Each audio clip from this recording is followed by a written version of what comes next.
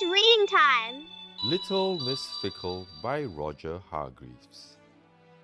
Would you like me to tell you a story?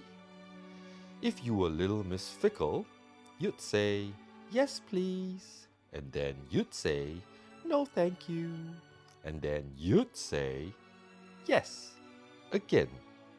Little Miss Fickle was one of those people who just couldn't make up their minds. Ever. About anything. Little Miss Fickle lived in Dandelion Cottage, which was on the outskirts of Sunnytown, and she lived right next door to her best friend, Little Miss Neat, who lived in Two-Pin Cottage. One Monday, Little Miss Fickle and Little Miss Neat went out to lunch in Sunnytown. "I'll have the soup to start with," said Little Miss Neat to the waiter as she looked at the menu, "followed by the fish." "So will I," said Little Miss Fickle. But after the waiter had written down the order, Little Miss Fickle looked at the menu again. "No, I won't," she said. "I'll have the salad instead, followed by the roast chicken." The waiter crossed out the first order and wrote down the second.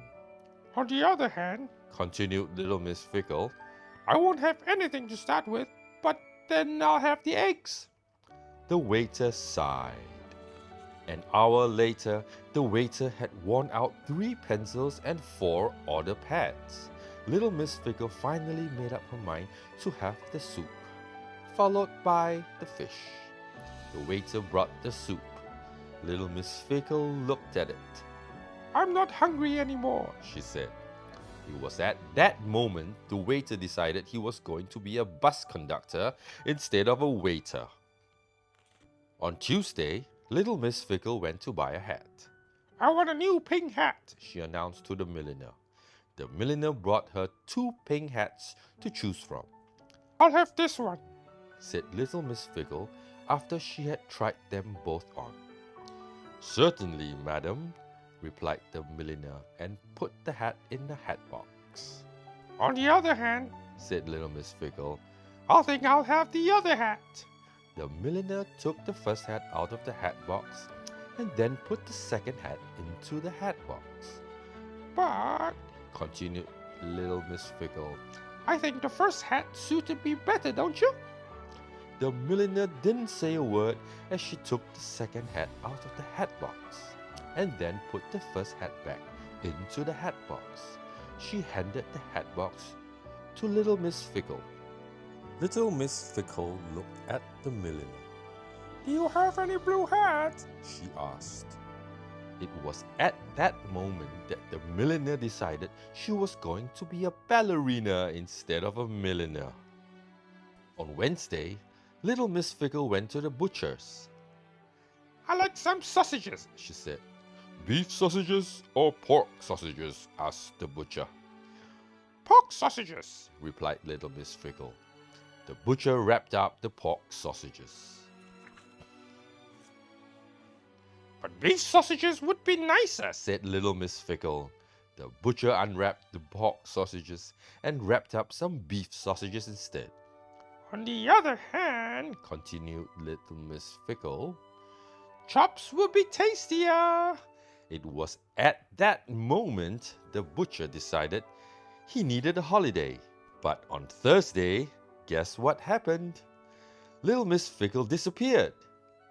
Little Miss Neat had seen her pass Two-Pin College on the way to Sunnytown, but she hadn't come back.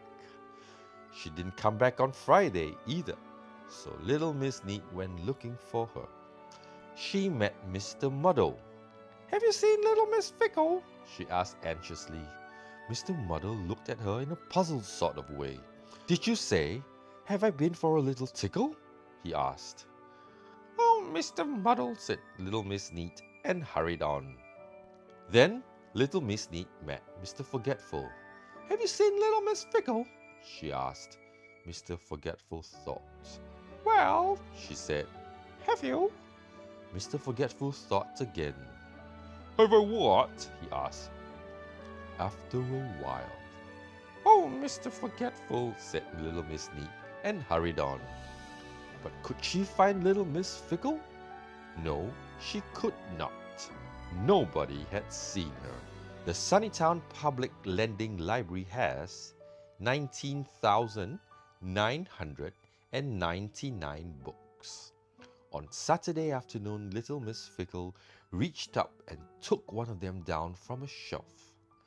I'll read this one, She thought to herself. On the other hand, She thought again, looking at another book. perhaps I'll read that book instead. She put the first book back on the shelf and took the other book down. It was the 19,999th book she had chosen. Little Miss Fickle had been in the library for 3 days choosing a book. 3 whole days choosing just one single solitary book. She went home carrying her book. That Saturday afternoon, little Miss Neat was in the garden of Two Pin Cottage when little Miss Fickle walked past. "Where have you been?" she called out. To the library. Replied little Miss Fickle. For 3 days? Exclaimed little Miss Neat. Well, Explained little Miss Fickle. I wanted to choose the right book. She held it up and then stopped and looked at it. Oh, botherations, She said. I've read it before. Thanks for reading along with Full-Time Daddy. This has been Little Miss Fickle.